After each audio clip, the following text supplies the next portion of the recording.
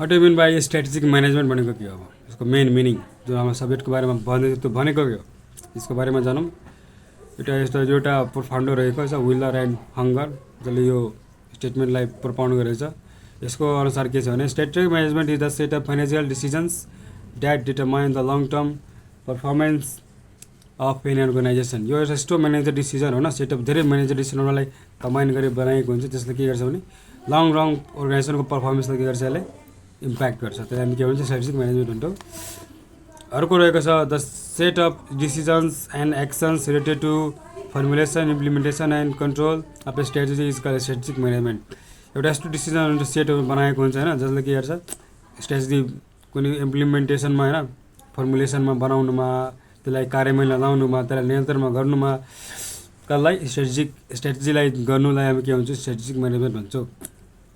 Set of decision and actions related to formulation implementation and control of strategy is called strategic management. स्ट्रेटेजीलाई हामीले formulate गर्छौँ implement गर्छौँ होइन control गर्छौँ त्यसलाई के भन्छ स्ट्रेटेजिक म्यानेजमेन्ट भन्छौँ।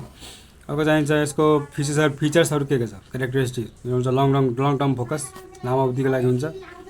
कम्पिटेटिभ एडभान्टेजले के गर्छ कम्पनीमा अर्गनाइजेसनलाई एउटा कम्पिटेटिभ एडभान्टेज गेन गर्न मद्दत गर्छ अरूको कम्पनीभन्दा। अर्को चाहिँ गोल ओरिएन्टेड एउटा फिक्स गोलले दिमागमा माइन्डसेटमा हुन्छ उनीहरूको। स्ट्रेटेजिक फिट यो जसले पनि कुनै पनि स्ट्रेटेजीमा फिट हुन खोज्छ। अर्को चाहिँ trade off between effectiveness and efficiency. यसले इफेक्टिभनेस भनेको पहिला के छ त्यो इफेक्टिभनेस भनेको doing the right thing is effectiveness and efficiency is doing the things right होइन। सही कुरा गर्नु भने इफेक्टिभनेस हो अनि सही तरिकाले गर्नु भनेको के हो इफिसियन्सी हो त्यो स्पिड अप हुन्छ।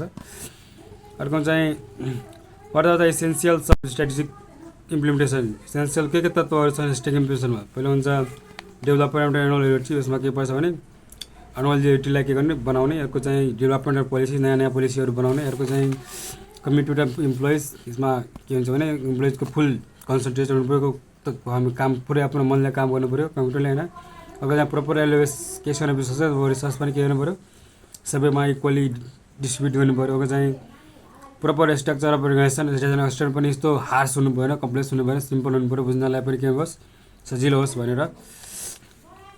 अर्को चाहिँ अध्ययन बाई स्ट्रेटेजिक ग्रुप म्यापिङ भनेको के हो दुई मान्न सक्छ।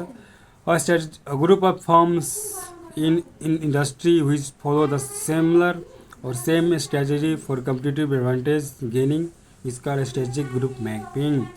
यो भनेको एउटा ग्रुप अफ फर्म हुन्छ न जसले एउटा इन्डस्ट्रीमा हुन्छ नि त्यो बिस्कुट फ्याक्ट्री इन्डस्ट्री छ होइन टुरिज्म भेली इन्डस्ट्री छ एग्रिकल्चर भेली इन्डस्ट्री छ होइन त्यस्तै इन्डस्ट्रीमा त्यो कुनै फर्महरूले ग्रुप अफ फर्महरूले सिमिलर स्ट्रेटेजी युज गरेछ कम्पिटेटिभ एडभान्टेज गेन गर्नका लागि हामी त्यसलाई नै के भन्छौँ स्ट्रेटेजिक ग्रुप म्यापिङ भन्छ। यसको इक्जाम्पलको लागि एयरलाइन्स इन्डस्ट्री त्योमा पनि सेम स्ट्रेटेजी युज गरिन्छ following the similar strategy of सिए होइन कन्ट्रोल एसिस्टेन्स होइन।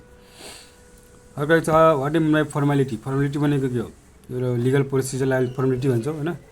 यसको अलिजिटिभमा जाउँ formality the degree of not a degree of formality is the degree to which participants' responsibility, authorities and discretion of decision making are specified in strategic management। Formality भनेको यस्तो एउटा degree हो जसले के भन्छ पार्टिसिपेन्ट्सहरूलाई के गर्छ रेस्पोन्सिबिलिटीहरूलाई अथोरिटीहरूलाई डिसिजन बाँड्नमा के गर्छ यसले एउटा स्पेसिफाई गर्छ कसलाई के गर्ने भनेको यसले छुट्याउने काम कसको हुन्छ फर्मालिटीको हुन्छ। यसको यसलाई डिफाइन कसले गर्छ भने पियर्स एन्ड रबिन्सनले गर्छ 2012 मा। मोड अफ फर्मालिटी के हुन्छ एउटा पनि मोड हुन्छ जुन चाहिँ स्मल साइज अर्गनाइजेसनहरूको लागि बडी इफेक्टिभ हुन्छ अनि एउटा एडेप्टिभ मोड हुन्छ त्यो मिडियम साइजको लागि इफेक्टिभ हुन्छ एउटा प्लानिङ मोड हुन्छ चाहिँ लार्ज अर्गनाइजेसनको लागि के हुन्छ इफेक्टिभ हुन्छ पुरै लार्जमा होस् टपमा होस्।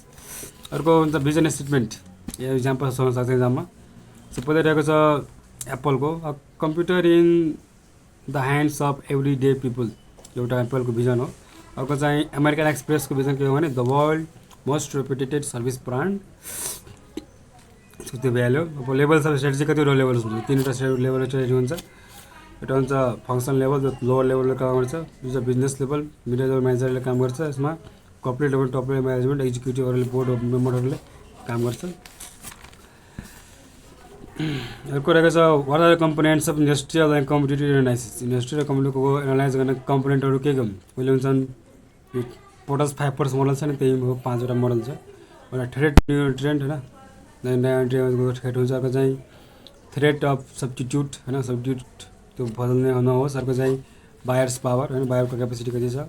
बार्गेनिङ पावर अफ सप्लायर होइन, सबै पनि के सामसँग बार्गेन गर्न खोज्छ।